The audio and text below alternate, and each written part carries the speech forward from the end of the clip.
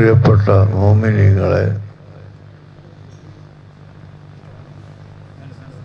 ബഹുമാനപ്പെട്ട സയ്യിദ് മദനി തങ്ങളുടെ കറാമത്താണ് എന്ന് ഞാൻ കരുതുന്നു. ഞാൻ ഇവിടെ തുടരെ 3 ദിവസം വന്നത്. ഒറൂസിൻ്റെ വയതിന് ആദ്യം വന്നു, ഒറൂസിൻ്റെ സമാപനത്തിന് വന്നു. ഇന്ന് ഇവിടെ വരാൻ ഉദ്ദേശിച്ചതായിരുന്നില്ല മുൻകൂട്ടി. പിന്നീട്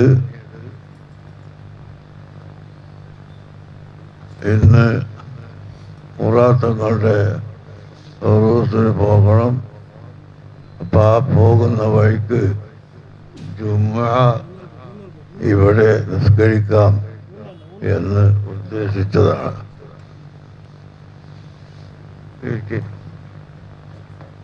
അപ്പോൾ ഞാൻ പറയുന്നത്, തുടർച്ചയായി 3 പ്രാവശ്യം ഇവിടെ എനിക്ക് വരാൻ ഇല്ല.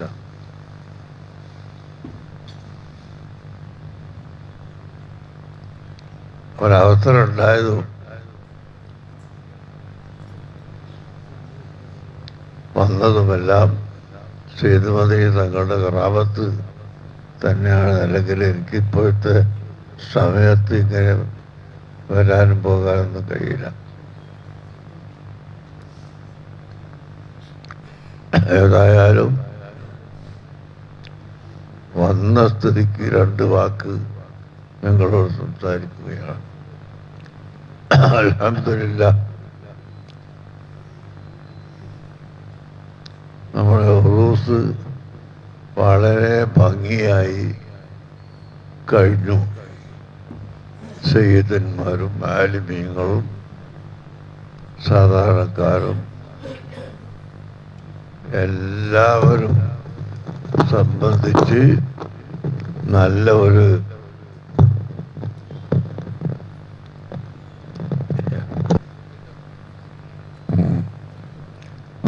സ്ഥിതിയിൽ അല്ലാഹു തആല നമ്മളെ ഉറൂസ് കഴിച്ച് തന്ന് ഇനിയിപ്പോ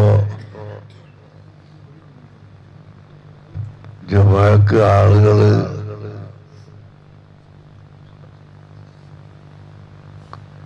സ്ഥലത്ത് കൊള്ളാത്ത രീതിയിൽ ആണ് നമ്മളെ പള്ളിയുള്ളത്.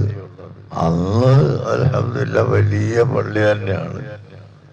പിന്നെ ഇപ്പോൾ വലിയ പള്ളിയാണെങ്കിലും ഇതിനേക്കാൾ വലിയ പള്ളി ഇവിടെ ആവശ്യമായി വന്നു. ഇത് പഴക്കവും ആയി. അതനുസരിച്ച് പുതിയ ഒരു മസ്ജിദ് ഉണ്ടാക്കാൻ പോവുകയാണ്. അങ്ങനെ എല്ലാ കാര്യങ്ങളും നിങ്ങൾ എല്ലാവരും അള്ളാഹുവിനോട് ദുആ ചെയ്യുക. ഇപ്പോൾ നിങ്ങൾ നോക്കൂ, ലോകത്ത് ഏറ്റവും ചെറിയ ഒരു പാർട്ടിയാണ് യഹൂദികൾ, ഇസ്രായേലികൾ. ആ ചെറിയ പാർട്ടിയെ വലിയ ആളുകളൊക്കെ രഹസ്യമായി സഹായിച്ചുകൊണ്ട് അവർ ആയിരക്കണക്കായ മുസ്ലിമീങ്ങളെ കൊന്ന് ഒടുക്കി. യഥാർത്ഥത്തിൽ ഇസ്ലാം മതം കൽപ്പിച്ചതനുസരിച്ച് ഉള്ള ഒരു യുദ്ധമേ അല്ല.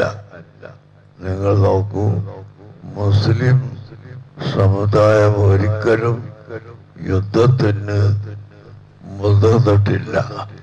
ഖുർആൻ തന്നെ സൂറത്തു തൗബയിൽ പറയുന്നു, അലാ തുഖാതിലൂന ഖൗമൻ നകസു അയ്മാനഹും വഹമ്മൂ ബിഇഖ്റാജിർ റസൂലി വഹും ബദഊകും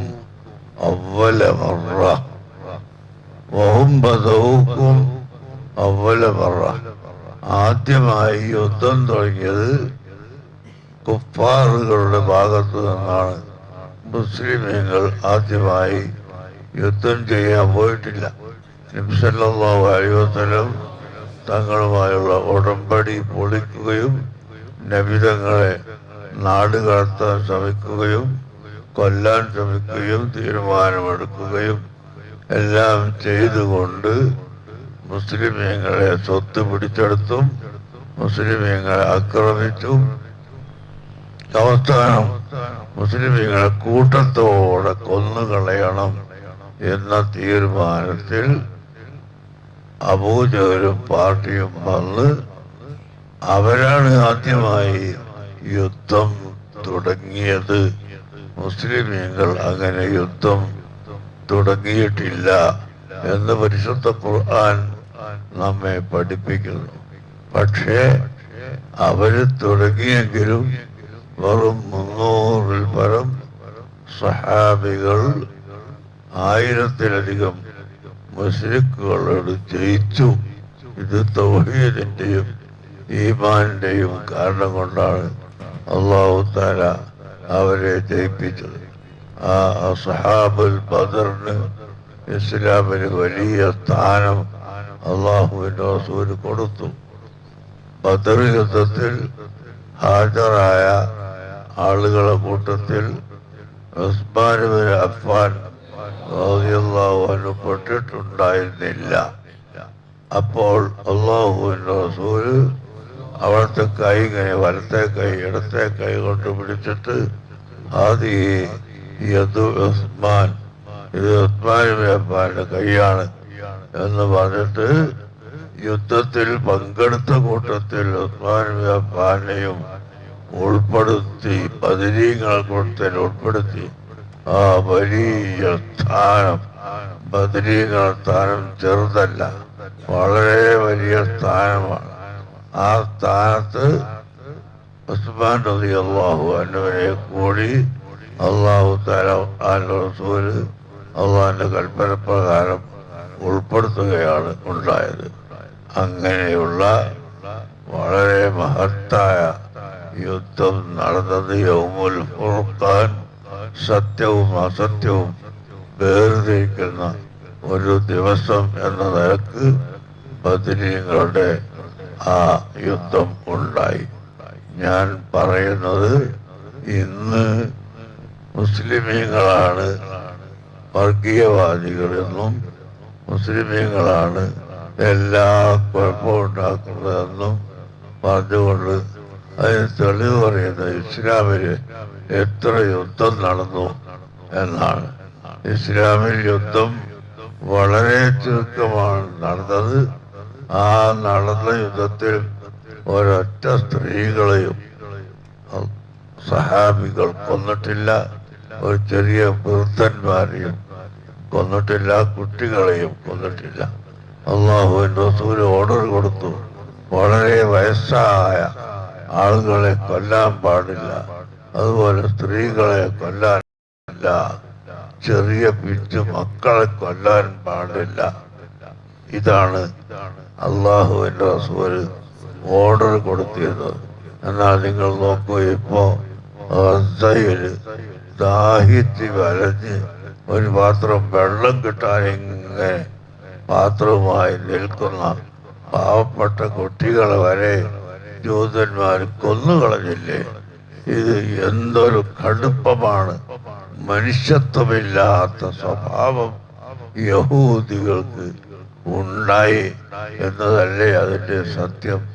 ആ സമയത്ത് നമുക്ക് ഒന്നും ചെയ്യാനില്ല, ഇല്ല ദുആഉ, അള്ളാഹുവിനോട് ദുആ ചെയ്യലല്ലാതെ മറ്റ് യാതൊരു മാർഗവുമില്ല. അതുകൊണ്ട് അല്ലാഹു തആല മുഅ്മിനീങ്ങളുടെ ഇസ്സത്തിനെ വർദ്ധിപ്പിച്ച് തരുമാറാകട്ടെ.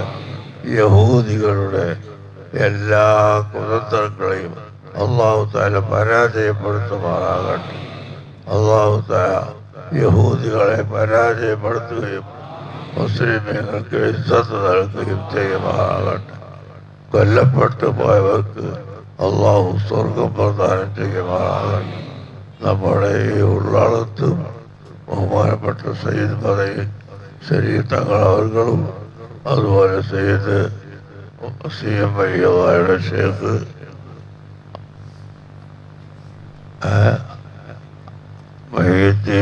ഭാഗവും ആ മൊയ്തീൻ സാഹിബ് ആണ് നമ്മളെ അവിടെയൊക്കെ പറയും.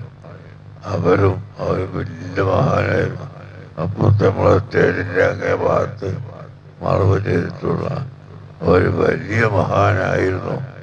ഇവിടെ സെയ്തുമതി ശരീരമുള്ളത് കൊണ്ട് പിന്നെ വരെ അവരൊന്നും പേരും ഒന്നും വന്നില്ല എന്നുള്ളതാണ്.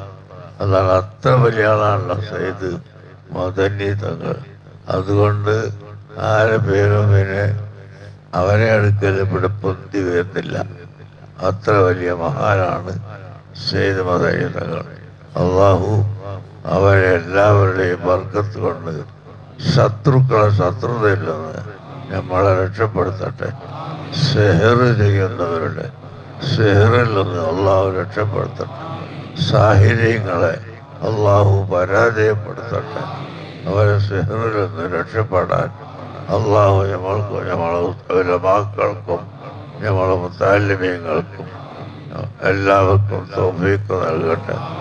اللهم ربنا آتنا في الدنيا حسنة وفي الآخرة حسنة وقنا عذاب النار.